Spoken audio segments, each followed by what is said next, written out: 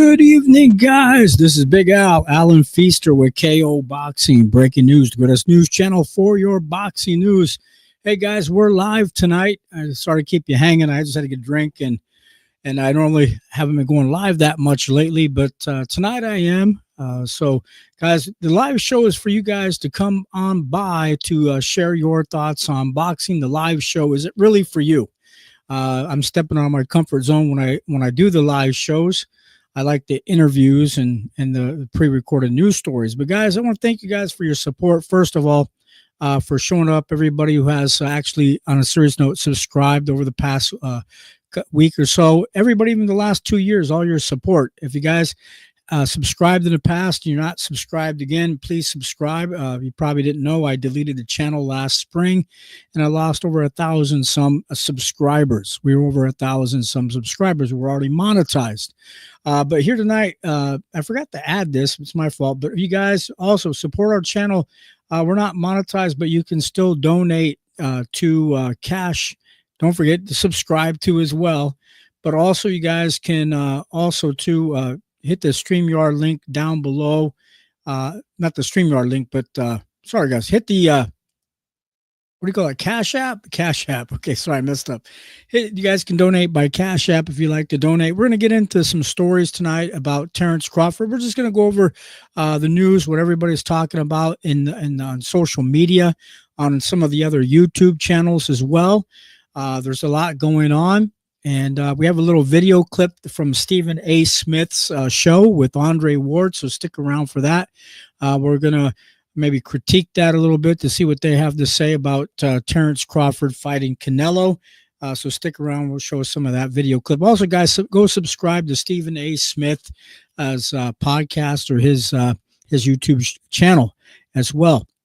Also, guys, haven't heard as well, go subscribe. Shout out to Timothy Bradley Jr. He has his own channel as well now, too. Former professional boxers like myself. But, guys, hey, guys, thank you so much again tonight. Thanks, guys. Appreciate it very much.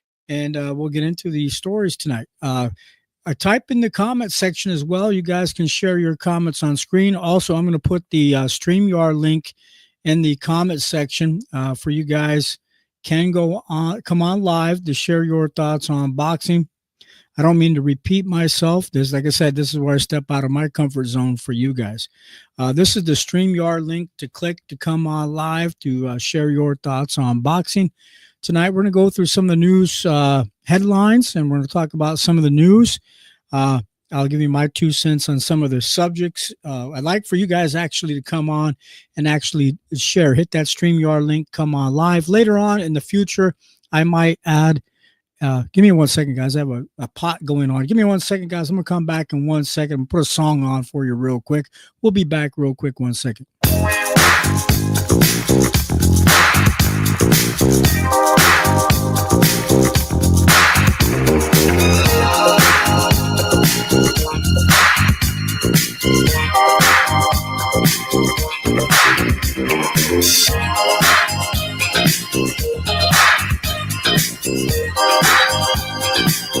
Yes, I'm back. Okay. Real quick, guys, again, sorry about that. I had a coffee pot thing going in the back. It's making a lot of noise, so I had to go shut it off. I had to drink some coffee. I'm tired. I had working all 10 hours a day of working. So I have to still do the show for you guys.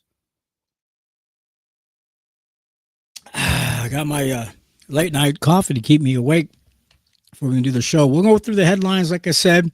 Tell me what your guys' thoughts are in the comments as well.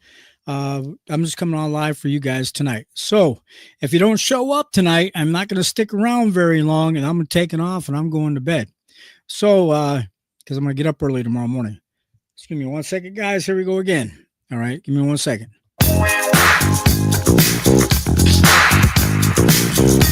All right. Here we go. Okay, my allergies are bothering me. I'm all stuffed up here tonight. Okay, so let's get into some of the news articles, what we were going to talk about as well tonight. Let me pull those up real quick. The first one we were to talk about, I guess stick around. Like I said, we'll have a video clip to show from Stephen A. Smith as well. One of the first subjects tonight we're going to talk about, we'll get into it right away. for everybody in Nebraska, in the Midwest. We're all Terence Crawford fans. Canelo versus Crawford. Is this the fight to make? And this is what some people are talking about. Andre Ward is still pushing for unified super middleweight champion Canelo Álvarez to fight 154-pounder Terence Crawford because he thinks the Nebraska native could outbox, in quote, the Mexican star. Now, Ward doesn't understand why Canelo, who has 62 big wins, 2 losses, 2 draws, 39 KOs, won't give the 37-year-old Crawford, who has 41 big wins, 0 losses, and 31 KOs, a huge shot. What do you guys think? What's the reason for Canelo not wanting to give Terence Crawford a shot? We'll talk about that as well here tonight a little bit, and I'll give you my opinion, and we'll share Andre Ward's video clip with Stephen A. Smith here shortly. But should Canelo fight Crawford, guys? Canelo has already said he's not. It's not a fight he's interested in because it's a no-win type of match where he's criticized no matter what happens during that fight. The only one that comes out of the fight in a great position is Crawford, who wouldn't be criticized if he loses because Canelo fights 2 weight classes above him, is much heavier, is what they're saying, guys. So, yes, sir. Yeah, yo, baby. Yeah. Oh, yeah. That's right. Now, Ward says, or comes out, they say he comes out to fight. I guess let me go back here. They say he comes out of the fight in a great position of Crawford, who wouldn't be criticized if he loses because Canelo fights 2 weight classes heavier. This is what they're talking about. Now, what Ward says, nothing about Crawford not showing initiative to move up to 168 pounds and beat the top fighters to earn a title shot against Canelo. And I guess one of the question is, guys, why isn't Crawford earning the fight in question? Okay, guys, bear with me. I'm clearing my throat, my nose. Okay, people have to earn things through hard work, of what some people are saying. Some people are very critical about this. And Ward isn't pressing Crawford to move up to 168 pounds and earn the fight against Canelo by beating these contenders. A lot of people are running their mouths, I guess, making their comments, saying, well, he has to earn that spot. Well, they say he should fight Christian Mbili, Diego Pacheco, I always pronounce this guy's name wrong, Oselias Iglesias, Jaime Munguia, and Caleb Plant. I think Caleb Plant would be a really good fight. Also in the news this week, Terence Crawford made some type of statement. I don't have to go back and see if I can maybe find it on Twitter, where they might be putting on a fight at Memorial Stadium. I think Terence Crawford also said this past week on a tweet, this past week on Twitter, or X-Files, some of us call it X-Files now, saying that he can bring in 90,000 people into that stadium. Before I finish this story here, guys, let's talk about that for a minute. Do you guys think that Terence Crawford can bring in 90,000 people into Memorial Stadium at the University of Nebraska Cornhusker Stadium, no matter who he fights? This is what they were talking about on the Boxing Voice the other morning. As I said, we're going to talk about what's been said on social media this week. But we're here in Nebraska. And I know all you guys know as well. It really maybe doesn't matter who he fights, but I think it would be a great idea to fight somebody with a well-known name to be fighting at Memorial Stadium. In my opinion, they could put in 100,000, not 90,000, 100,000 plus probably. We could get everybody packed in there like sardines. Wouldn't that be kind of funny, guys? See how that many people in there packed in like sardines to see Terence Crawford fight everybody the ring? They said they had 90,000, 100,000 people for the volleyball game when the University of Nebraska volleyball team played. We support the volleyball, but everybody here, I think would it be my idea of this fight at Memorial Stadium is it should be a Latin fighter. Let's put it that way, because we have a lot of Latin people from Nebraska that support Terence Crawford, but at the same time, a lot of those would support the Latin fighter as well from all over the Midwest. That place would be packed out, in my opinion. But we'll continue on. Now, they say if Crawford were hungry, he could fight all 5 of these guys we talked about in the next year and be knocking on Canelo's door for a world title shot by early 2026. Why isn't Crawford doing that in question? They say he is afraid of losing to one of those fighters and being weak, says weeded out. They're afraid he's going to be weeded out by one of these fighters out of the Canelo sweepstakes. What do you guys think about that as well? Do you guys have any comments in the comments section? Type your comments in the comments section, guys. If you don't want to share, I'll share your comments on screen for free. We're not monetized, so you don't have to worry about it. Also, share on, don't help out on Cash App as well. Don't forget to help out the channel. But this is what they're saying. Also, too, they are also saying Crawford is coming off a close 12-round unanimous decision in his debut at 154-pound weight class against the 11-fight novice Israel Madrimov on August 3rd. He barely won the fight in his first fight at junior middleweight, and he hasn't fought any of these other killers at 154 pounds, like Bakaram Murtazalov. I can't even pronounce his name. Murtazaliev and Virgil Ortiz Jr. I think the only one that might be a challenge there is maybe Murtazaliev. Zaliev, how he pronounces his name. His name is spelled Murtazaliev. And of course, we all know who Virgil Ortiz is. So what are you guys' comments on that? Also, too, Crawford has never been at 160, and that would be a logical step to work his way to fighting Canelo. Why isn't Crawford fighting IBF and WBO middleweight champion Janibek Alimkanuli? These Eastern Bloc fighters, man, I never could pronounce their names correctly. But again, they're saying he should fight Janibek. Does Crawford feel he doesn't have to work for these things in life? Some people are saying. Others fighters are working, so why isn't he? These are some of the statements some of the people making. Also, in quote, they say, the game is different. There's a lot of strategy going on with guys not taking fights and why they're not taking fights, in quote, said Andre Ward to Stephen A. Smith. He says Stephen A. Jackson. Come on, Stephen A. Smith, get the guy's name right.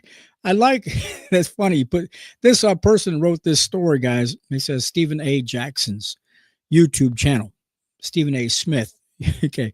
But he goes, I like the Terence Crawford versus Canelo Álvarez fight, he says, in quote.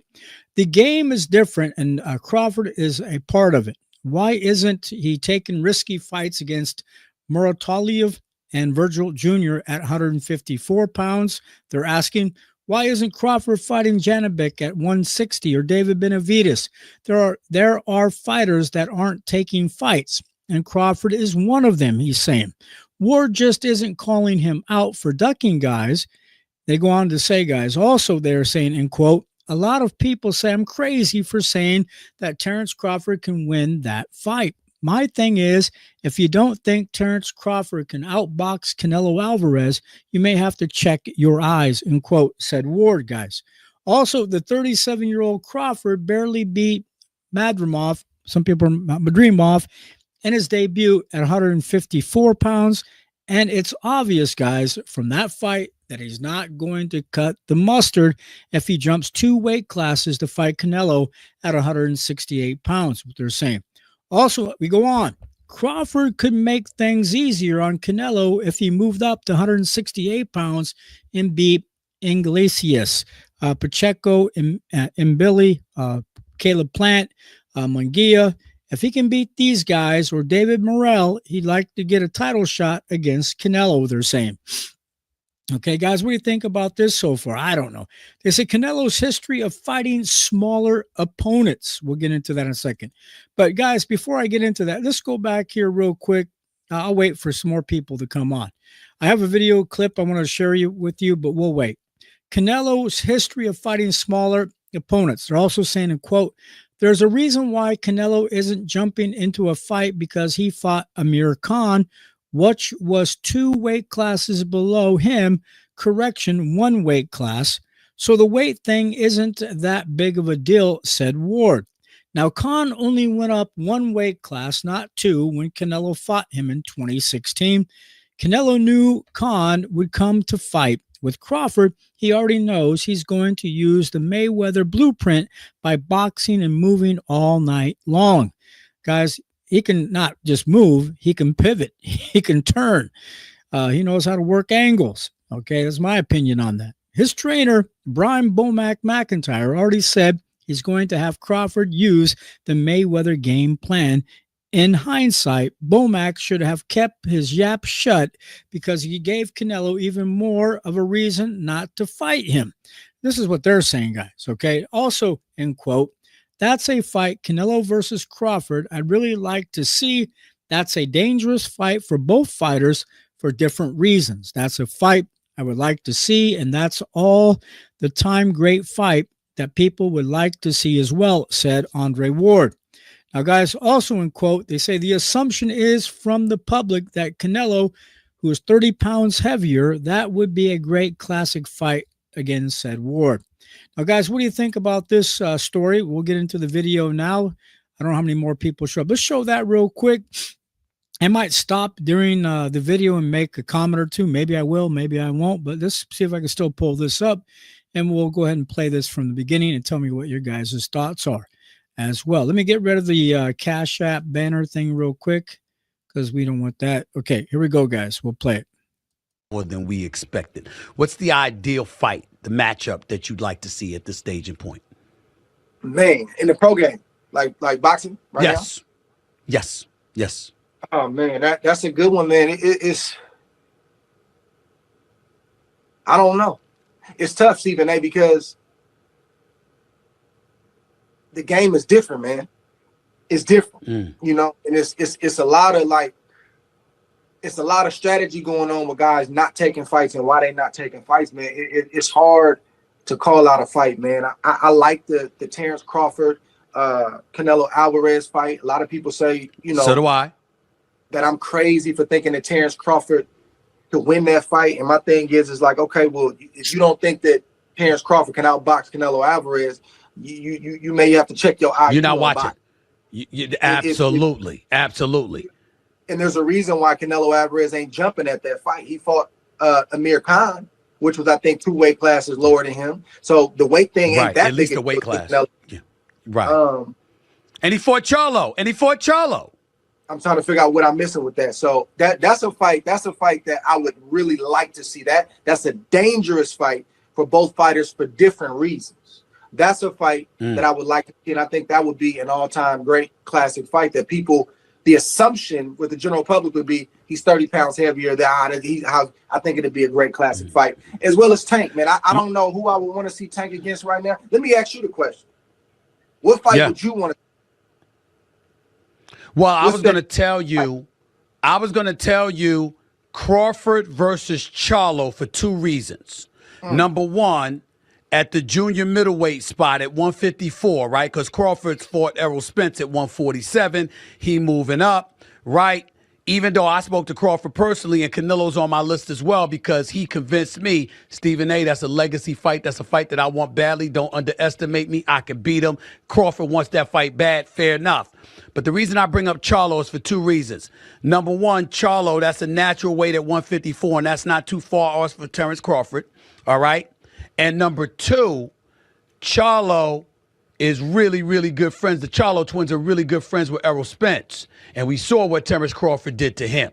And we saw that when Crawford dropped Spence, he went over and the person he was talking shit to in the crowd was Charlo. Okay? So I'm looking at that and I'm like, yeah. And I don't hold against Charlo, the smaller Charlo. I don't hold against him that he lost to Canelo. You know what? Because 2 weight classes higher, you moved up to 168, you was going up against him, you hit him, and then the man stalked you from the 2nd round on. I mean, then what you supposed to do? What you supposed to do, Dre? If you hit a cat and he keep coming like it was nothing. And keep him off. I mean, then what you supposed to do?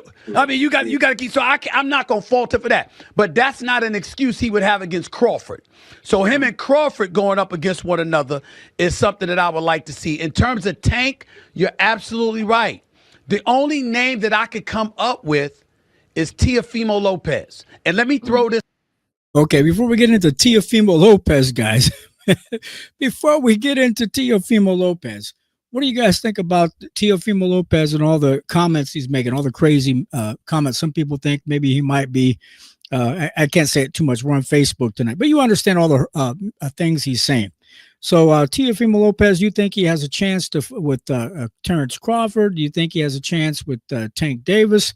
We'll get into Tank Davis here in a minute, all about all the stuff going on with him this week. We'll go through some of those headlines as well. But what do you guys think about this? I think this Teofimo Lopez is trying to do some clout chasing, trying to get his name out there, trying to say, I want to fight Terence Crawford.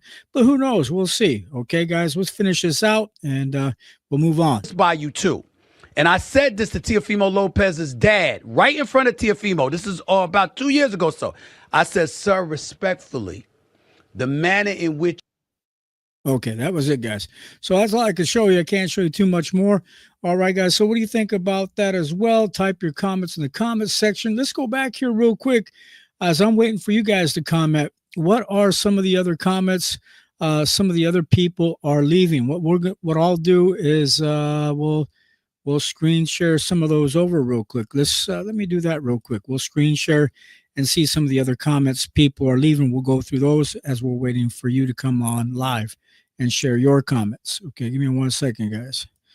Also, guys, don't forget, hit the StreamYard link. You guys can come on live to share your thoughts and comments. I posted it in the comment section. While I do that, let's screen share as well. There it is in the comment section, guys. Hit that StreamYard link. Come on live.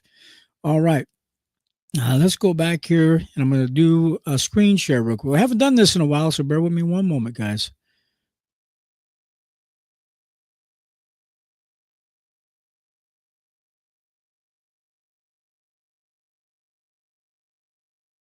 Okay, there we go. All right. Okay, some of the first comments that were being said or met, it says here, this is Boxing Guru. He left this a day ago. I want to see Jake Paul versus Chris Williams and his multiple personalities. And then Matt Lang also said in the comments a day ago, oh, stop. It says, stop it, Andre. Low blow Ward. This is Crawford versus Canelo. It's a joke. Why not have Crawford versus Anthony Joshua, for God's sake? Seriously. Then also Matt Lang says, we'll scoot this up here as well. Matt Lang says, stop, Andre. Okay, I'll move on. Matt Lang also says another comment. How many comments is this guy going to leave? This isn't WWE Crawford and Mike Tyson fight. Canelo is a threesome round robin with E for all the money in the world, laughing out loud. Also, Matt Lang leaves another comment. The only way Crawford beats Canelo is if they let him fight with brass knuckles instead of boxing gloves. Are you serious? Come on. That was kind of dumb. Okay, Matt is another. This guy's leaving so many comments. He just might have put all the comments in one paragraph. Okay, come on, people. I'm waiting for someone to comment on my comments. Okay, that's what they're doing. He's waiting for somebody else to comment. Also, Beast Cal left this a day ago. Last two Alvarez fights we bought were Bivol and Munguia. Next one we buy will be Benavides. And we'll get into that here in a few seconds as well. Matt Lang. Let's go. Duggan says that makes sense considering Canelo has never been dropped and Benavides has very average power. Are you drunk or just stupid? These are some of the comments some of the people are leaving, guys. Do you guys got any comments as well? We'll stop the screen share real quick right there. Also, guys, we'll get back into the headlines. Also, they were talking about the Caleb Plant fight. Hey, we have Steve Penn in the house tonight. He didn't stop. Steve didn't hit the StreamYard link to come on live. That's all right. We'll put your comments on screen. He's probably busy. Steve Penn music in the house. KO 100. Brother, thank you. We'll leave that up for a minute. What do you guys think about Caleb Plant and not Caleb Plant, but Benavides and the gentleman he's fighting coming up? They're saying that nobody really wants to pay the $80, $90 pay-per-view price. We'll get into some of that as well. Everybody's complaining about Tank Davis fighting as well. So we'll get into that as well. So nobody wants to watch that on pay-per-view, they're saying this week on social media. Okay, let's go back here, guys. Let's find out what they're talking about. Let's get into it. Here we go, guys. Give me one moment as we pull this up. Okay. As we mentioned earlier, let's get back. One moment, guys. I lost out where I was at. Okay. Okay, they're saying that Crawford versus Canelo versus Crawford is the fight to make. What do you guys think about that before we move on? Give me 1 second, guys. I keep messing up. I haven't done this in a while, so give me one moment. I haven't been doing too many live streams, live shows. Okay.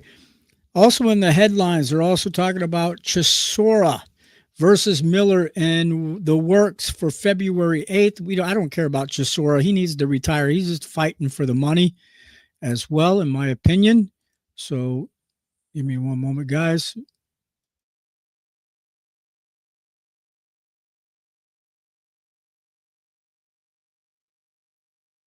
We have some special guests showing up tonight. Give me 1 second, guys. I made a mistake. Okay, we still there? Okay, where's Steve Penn at in the house? Okay. Give me 1 second. I think Steve's trying to come on, guys. Bear with me one moment. I haven't done a live stream maybe once in the last month or 2 live streams maybe, so I'm already making a lot of mistakes. All right. Well, we had somebody show up and now they're gone. All right. But hit the StreamYard link again. Come on live if you want. I knocked some stuff out, so give me a second. Okay, let's pull this back up. Also in the news, it's getting hot in here, guys. I need to turn down the heat. Okay, one moment. Also tonight, they're talking about Usyk versus Fury 2 rematch date, pay-per-view price, and how to watch. I'll go through that real quick with you as well. This is some of the latest boxing news as of today. So let's go talk about that real quick. It will be shown. DAZN has revealed the Alexander Usyk versus Tyson Fury, the second rematch. The pay-per-view price in pounds will be $24.99 in pounds over in Europe and Great Britain, and $39.95 for the rematch on December 21st at the Kingdom Arena in Riyadh, Saudi Arabia. Also, it says, is Usyk versus Fury 2 pay-per-view price too high? Come on, guys. The price is not high. It's a lot lower than $80. The $39.95 price tag for the Usyk Fury 2 rematch that U.S. fans will pay to watch it on DAZN has caused some complaints by people on social media who feel that it should be lower due to the undercard lacking. They said the undercard is not very good. One example of the unhappy fan at the price for that undercard, someone fan says, no thanks. Okay, they go on. There would be fewer complaints at the current price if there were 2 or 3 solid undercard fights packaged with the Usyk Fury 2 card instead of just one. Some fans are still unhappy with the outcome of their first fight on May 18th. The referee gave Fury a very weird standing 8 count in round 9, which saved Fury from being knocked out, but it says here, tainted the fight for many fans as well. A lot of fans were unhappy with that.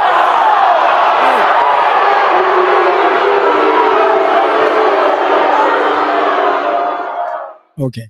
But it looked so bizarre how the referee stepped in and shoved Usyk out of the way while he was finishing off a badly hurt Fury. There's no way of looking at that without concluding that Fury was saved from suffering a knockout. So what do you guys think about that as well? Hey, guys, hit the like button as well for the show tonight. For YouTube, we'll share this to other people. We want to thank everybody on Rumble who might be watching this tonight, on also X or Twitter, also on YouTube and Facebook for stopping by. Okay, so I'm not going to read through the rest of that, but you got the gist of it. Do you guys think that price is fair? I personally think for a heavyweight match like that, the price to me is fair. I don't have a problem with that price for that particular fight. It's not $80, so I can handle that. Also, they're saying here as well, Benavidez versus David Morrell, a 50-50 war. Some people are complaining about the price for this as well, I think, but we'll get into that as well. Leonard Ellerby says the light heavyweight matchup between David Benavidez and David Morrell will settle the score, in quote, from their years of trash talking when they meet in the main event of their 50-50 fight on February 1st at the T-Mobile Arena in Las Vegas.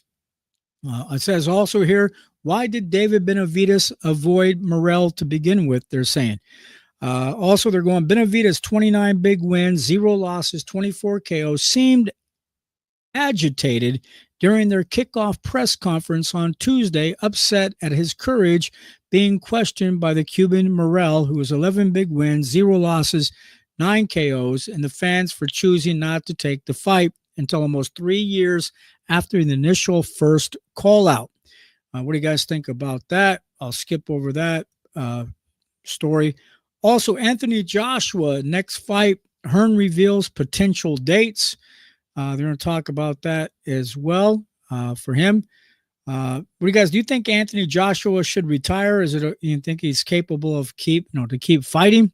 Promoter Eddie Hearn says Anthony Joshua will be fighting next in the first quarter of 2025 in May or June. First, Joshua, who has 28 big wins, guys, 4 losses, 25 KOs, will wait for the outcome of the December 21st rematch between unified heavyweight champion Alexander Usyk and Tyson Fury before deciding. When will Joshua fight next? They're saying Matchroom promoter Mr. Eddie Hearn told DAZN that Joshua will return in May or June, assuming Fury gets beaten again by Usyk. Hearn will need to find a semi-soft opponent for Joshua to fight unless he wants to make the Joshua-Fury match in the dire situation with fighters coming off losses. That match would be mocked by fans and it wouldn't be taken seriously. Do you think that fight would be taken seriously or not seriously since Joshua got knocked out here in his last fight? We'll stop there. We'll go on to the next headline as well. Lomachenko. They're talking about Lomachenko this week in the news versus Tank Davis. Why it didn't happen in 2024. Do you guys got any comments in the comment section? We'll put your comments in there if you do. Okay, let's get into it here as well. Advisor Leonard Ellerby says he understands why lightweight champion Vasily Lomachenko chose not to fight Gervonta Tank Davis this year, but is open to the possibility of it happening later. Now, Ellerby isn't sure if Lomachenko will retire. A lot of people say he's going to, or he announced that he was. But if he does, he will respect that decision because he feels he had a great career. Indeed, Lomachenko captured 3 division world titles and chose to fight at 135 pounds when he could have stayed on top for many years if he had remained at 130 or 126 pounds. Now, guys, Lomachenko, who is 36 years old, has taken the remainder of 2024 off after capturing the IBF lightweight title with the 11th round knockout of George Kambosos Jr. on May 12th. Now, Ellerby states that a fight between Lomachenko, who was 18 big wins, 3 losses, and 12 KOs, and WBA lightweight champion Tank Davis, as we all know, is 30 big wins, 0 losses, 28 KOs, is the biggest one Loma's promoters at Top Rank can make.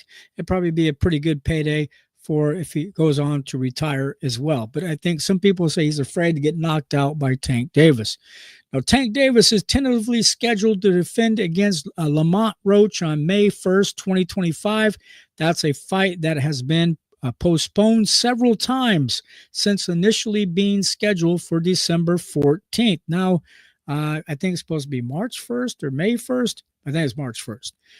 In quote, he just decided to take the rest of the year off. He had a lot going on, especially with what his country has been through, in quote, said Leonard Ellerby to KO Artist Sports about Vasily Lomachenko deciding not to take the fight with Gervonta Davis at this time. We'll stop there, guys. What do you guys think about that?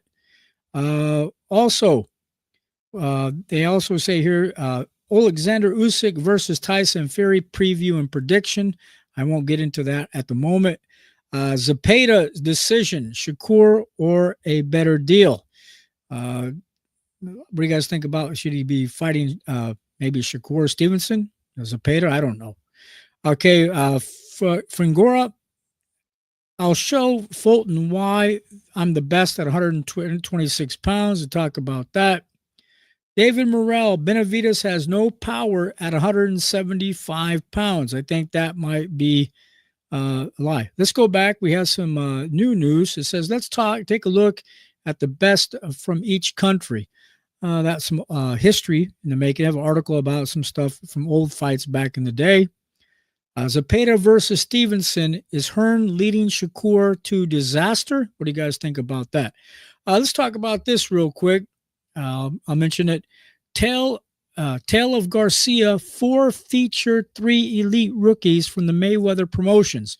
What they're saying here on, I guess, November 30th is what's happening. They have a big show coming up May 30th on Saturday night, November 30th. A lot of young boxing talents will be featured on former 2-weight world champion Danny Swift Garcia's company, Swift Promotions, presents Tale of Garcia 4, a boxing event that is set to take place at the ACX1 Studios in Atlantic City, New Jersey, and stream live on DMDB. That's a capital D, capital M, capital D, little b.com, DMBB.com. The Philadelphia native Danny Garcia launched Swift Promotions back in June of 2024. Garcia's company intends to provide a platform to showcase the top young talent in the fight game. On that night of November 30th, this is what I want to bring to you guys. It says 3 high-profile rookies from the Mayweather promotions will be in action that night. Approximately 4 months ago, lightweight rookie Jersey Vargas posted training footage that became a main topic of discussion on social media due to some similarities and hairstyle, back tattoo, and physique. Fight fans thought that person in the video was WBA lightweight world champion Gervonta Tank Davis. That's what they're saying. A native of Curacao, who I can't pronounce that Curacao, Curacao, who also spent some of his upbringing in Rotterdam, Netherlands. Says here, I can't even pronounce the young man's name. Jersey, his first name is spelled Jursly, Vargas. Made his pro debut in November 2022.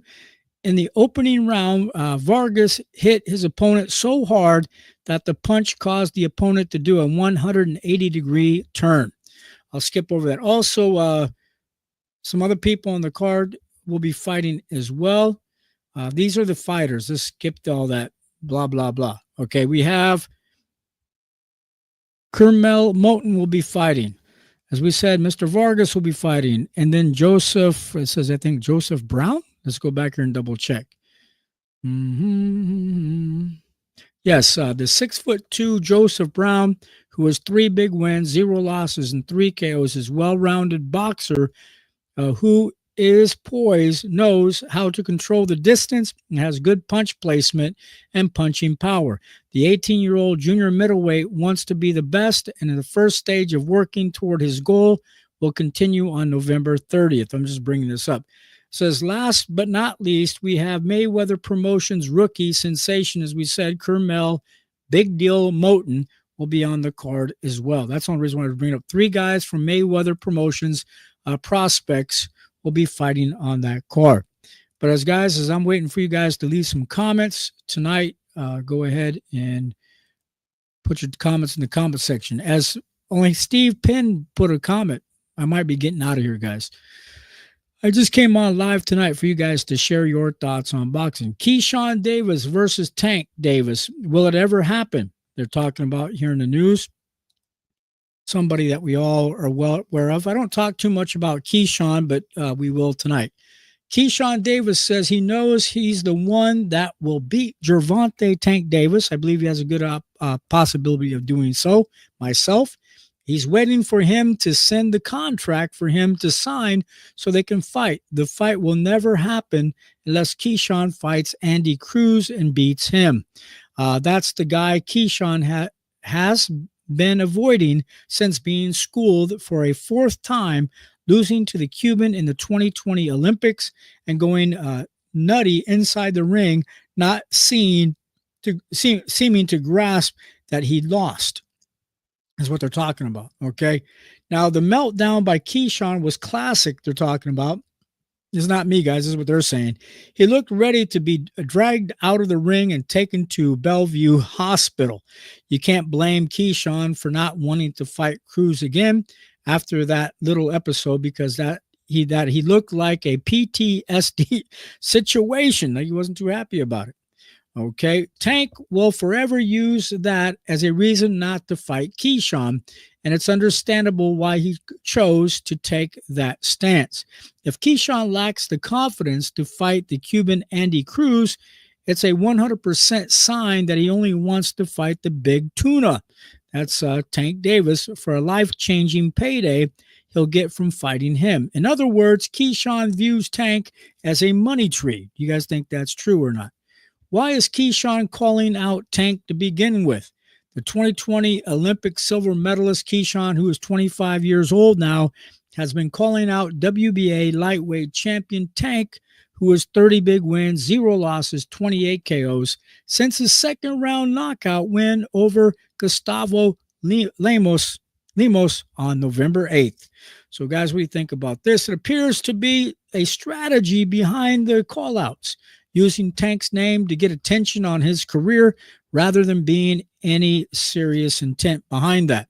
Before Keyshawn's fight with the tiny 5'5" Lemos, it had already been set up for that fight to be a eliminator for the WBO lightweight title held by Denis Berinchyk, who was 19 big wins, 0 losses, 9 KOs.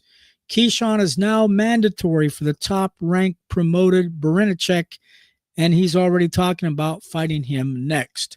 Okay, that's it. I'm not going to keep going on with that story. So what do you guys think about that? Do you think he needs to fight Andy Cruz first? Also, they're going to talk about here in the news. I'm going to get ready to go tonight, guys, because you guys ain't coming on making any comments. You guys ain't clicking the StreamYard link to come on live. We have to jump through the screen and pull you through. Okay, I'm just joking. All right, but hit the StreamYard link again. There it is to come on live to share your thoughts on boxing. I'm going to get ready to go here soon. Can George Kambosos Jr. conquer the 140-pound division? The Germain says here, the Germain test. I won't get into that. We just talked about that. Okay, anything else important in the news? Okay. Now, again, the only thing I heard of them talking about, like in the Boxing Voice and many of the other podcasts this past week, is that they're throwing a fit about having to pay maybe $80, $90 pay-per-view price for Gervonta Tank Davis and Lamont Roach's fight, guys. Well, you think that's even, they're all complaining that's not even a pay-per-view fight unless they stack the undercard with some top-tier guys on the undercard. There's no reason to pay that extreme price. They think that fight should be for free. That's one of the big things they're talking about on social media this week. They're throwing a fit about that. Also, again, if you guys haven't heard me say this earlier, Tim Bradley Jr. has his own podcast now, up to almost 1,000 subscribers, way more than me. Go subscribe to his podcast. Well, shout out to Timothy Bradley Jr. as well. Shout out to them. And also tonight, guys, again, appreciate you guys stopping by. Let's go. We have some European fans. We can't forget about our fans over in the UK and around the world. This is not just fans here in the United States. We're in the Midwest and here Nebraska and places like that. It says, can a fat, end quote, fat Fury overcome Usyk? Analyzing his chances. Let's get into that real quick because we have some fans from over in Europe. Tyson Fury is still looking heavy in the midsection a month before his rematch with unified 3-belt heavyweight champion Alexander Usyk on December 21st at the Kingdom Arena in Riyadh, Saudi Arabia. Fury's condition is alarming for an athlete going into one of the most important fights of his professional career, but the ambition may no longer exist with the former WBC champion. Usually, guys, he does come in chubby. Come on, guys, he ain't going to come in top fit. Hey, we also thank you guys for hitting the like button. Please go ahead and hit the like button if you haven't.